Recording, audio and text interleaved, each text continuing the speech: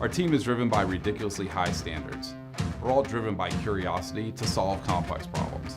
What makes Luxer One special is that our hardware, our software, and our electronics are all completely proprietary. We employ design for excellence at Luxer One, which is a holistic approach to design for manufacturability. It's a set of tools and methods and an approach to designing a better product that meets or exceeds customer requirements. We concentrate on form, fit, and function, making our lockers durable as well as easy to use.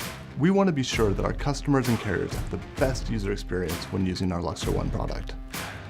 We have built a very successful network of 5 manufacturing partners across the United States. They are all OSHA compliant and they are ISO 9001 compliant. We are very proud and very excited to have completed our UL certification listing.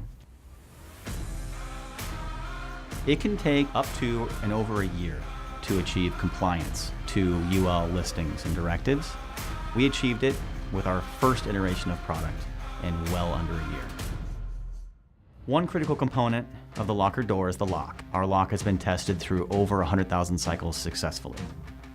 We use several different types of material thicknesses, ranging from 18 gauge all the way up to 7 gauge. Our locker systems use 100% American steel.